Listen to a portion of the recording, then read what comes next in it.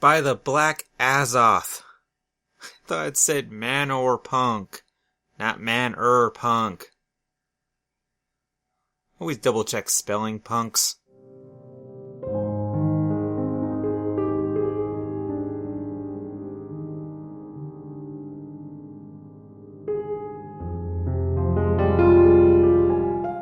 Welcome to What's Up Punk, where we take a look at the myriad subgenres underneath the umbrella of punk. Today we'll be taking a look at Mannerpunk. Let's see what cuts deeper, the tongue or the blade. Yeah. Bar background, default visualizer, I have a growler open, not wasting my game on this, go! Fine. Hit me, boys! Let us begin. What is Mannerpunk? What if the Klingons were not all about honor, but all about manners? Kate. Dick. I'm half right, but let's macro this. What if the Regency era had magic, supernatural creatures, and these things were always part of life and treated rather mundanely? Plus the fetishization of manners. First off, the Regency era. Unless you're a Napoleonic War buff or a Jane Austen fan, I just lost you. It doesn't really pack the same name recognition as Renaissance, or Victorian, or even Neo-Victorian. The Regency era refers to the late years of the reign of Britain's Mad King George III and his son George IV, who became Prince Regent during his father's period of decline. The Regency was more or less the last gasp of the pre-industrial British life. Faced with the encroaching tension from the rise of the popular and middle class, the aristocracy operated with very specific rules and regulations. Men and women of leisure used manners like high fashion, social graces, and clever wit to maintain their place in society. Now, to be fair...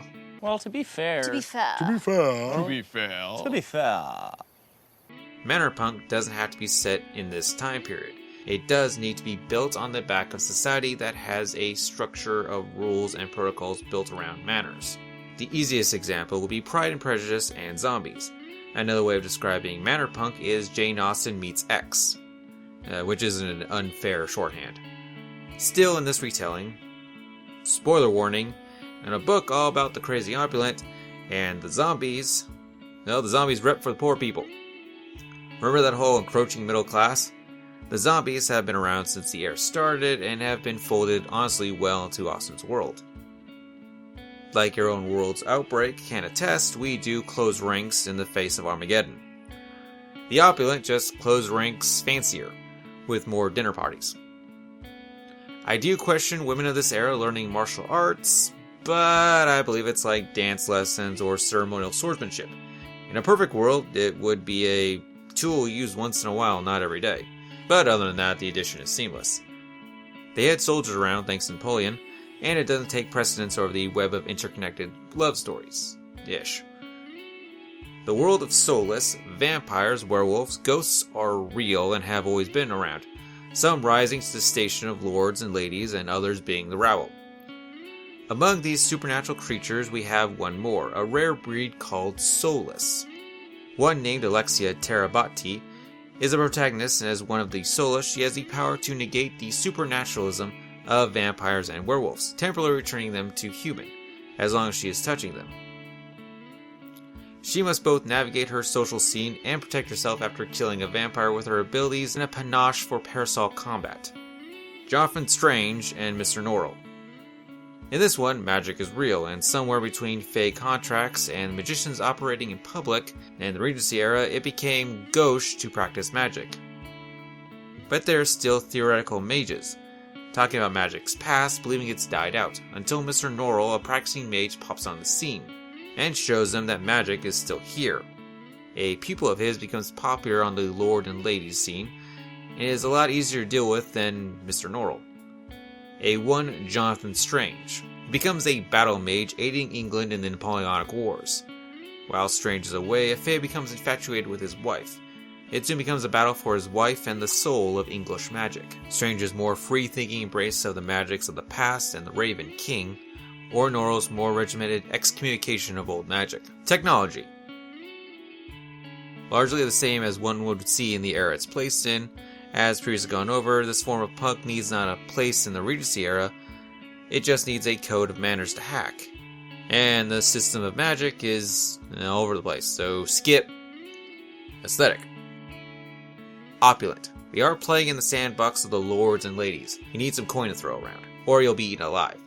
I'm reminded of Firefly's episode Shindig, where you can't just by watching it out of context pin down exactly when it takes place, but clearly you're in the high society. With the wide net Mannerpunk can take, you can either go with big and poofy or some slink. Where did Mannerpunk start?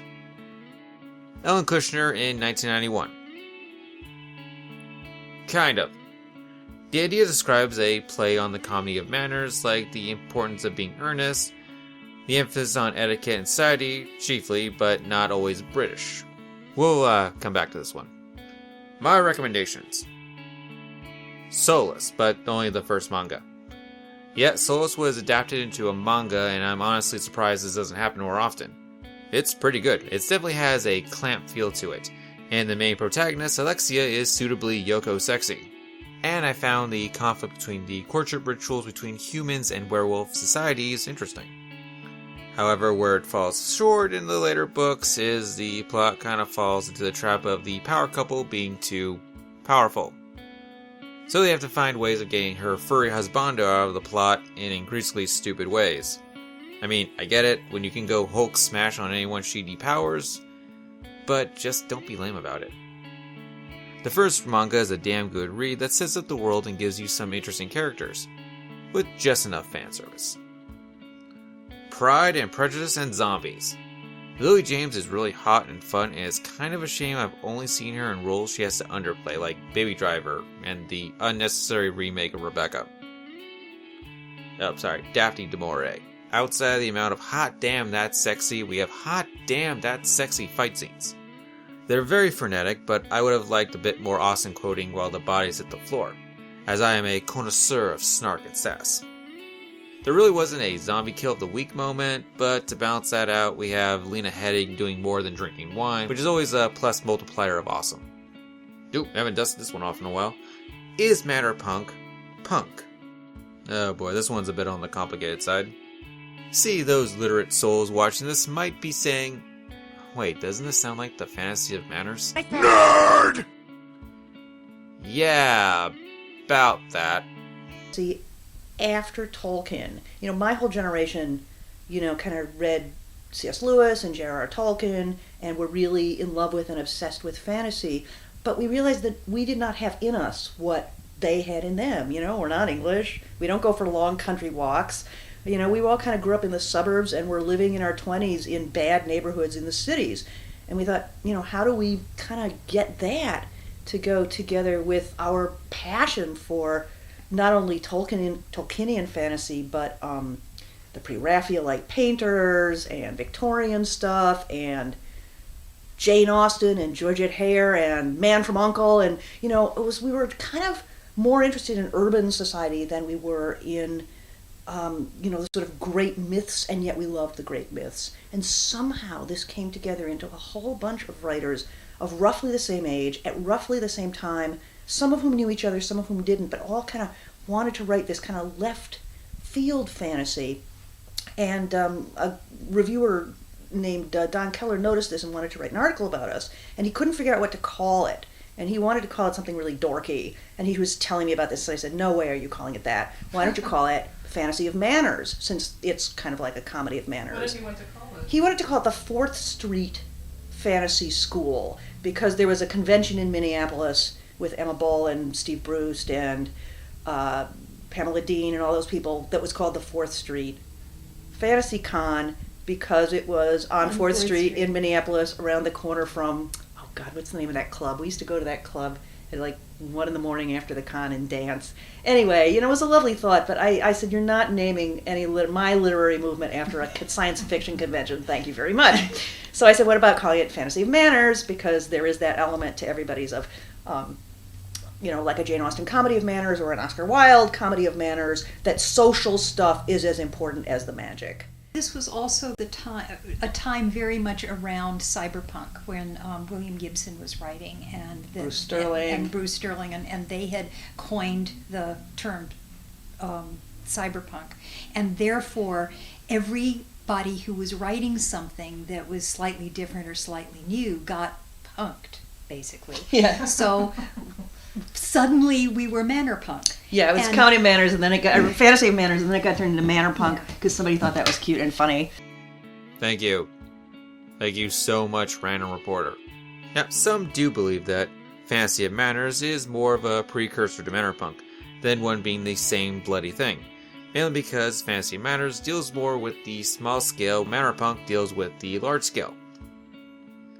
Yes, because Blade Runner totally dealt with the large-scale consequences of AI becoming sentient and demanding more years from their creators, and not the story of one instant with a retired bounty hunter.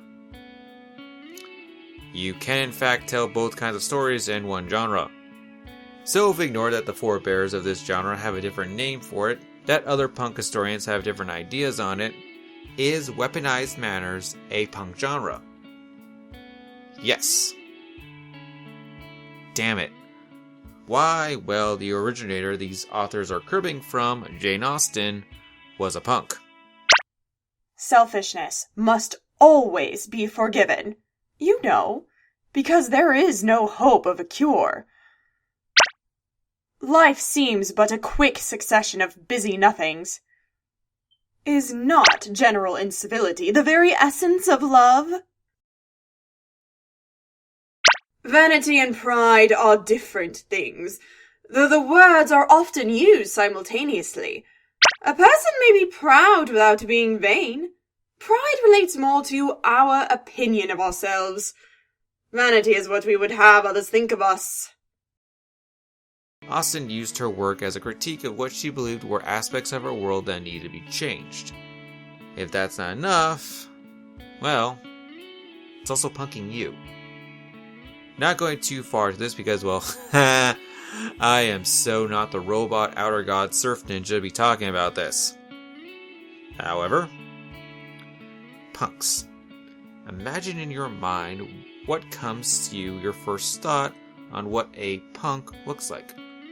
Ostensibly, you're likely thinking of something masculine. Now, if you've seen my last video, any of my videos, I have a fondness for the punkish girl. But they do and generally look a bit brutal because they are in fact punks, and punks are rejection. Again, see the last video for a bit more ham on that, but the easiest way to show that rejection is external. We, for the most part, live in a society where we can outwardly express that, or create fiction that allows that expression. As much as I do love the megacity, and don't kid yourself, glitchy as sin, I'm still all about Night City. Megacities are an indictment of industrial overpopulation and etc. Now say you live in a society that has as its bedrock a built-in, rigid system of rules and regulations around the concept of manners. How would you, a punk in this place and time, game the system to your own advantage while staying sane? You would snark, fence with a sharpened tongue, and hack manners. Hack the planet! How the hell have I not used that clip already? How do I feel about Mannerpunk? Oh, what the hell do you think? Okay, sorry. Ugh. Now, here's the thing. You will find no man or machine that cannot stand pomp and circumstance more than I. True story. I attempted to skip my own college graduation because all I wanted was a damn diploma and to go to an anime convention with my friends. The standard social niceties we have to deal with is enough to drive me up the wall. Forget the truly insane amount of rules and protocols the Regency era throws at you.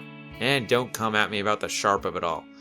If this crap was no more for the Napoleonic Wars but with magic, it would be a different tune altogether. Sign out question. Has Mannerpunk been less embraced because it's feminine? Yes. Sorry, it's Jane Austen X. At the end of the day, it's a genre geared towards the fairer sex. And while things geared towards women and men can be enjoyed by both genders, this one is the additional hurdle to climb over the societal engineering of manners. It seems to me as we age, we regress while our mothers tell us this is how we should act, that's how the world works. We realize they are true. We also realize it's a lot faster and darkly more satisfying to toss the rules out and behave without manners. A lot of time could have been saved if Darcy had just said, "Listen, we're both assholes, but that guy your sister's running with is a con man and I think you're a beautiful body and soul. Let's ruin his shit together." Done. One sentence, I think I just cut down 5 chapters of dinner parties. Well, this has been What's Up, Punks. Till next time, sail on the high seas on your one true love, your boat, made of nanotech so it can become a giant fighting robot. But make sure you keep an eye on your watch because that sucker's got a time limit. But keep on being a no good, dirty punk.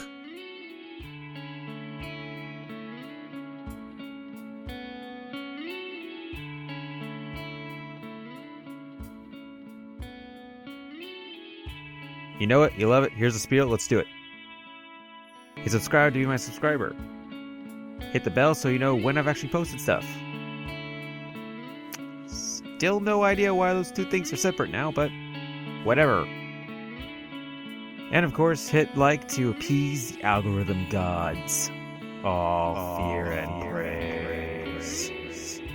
On a list of whatever YouTubes, I am also probably not going to get any ad revenue for these videos, so if you would be so kind, check out that Patreon and the GoFundMe. Links in the description.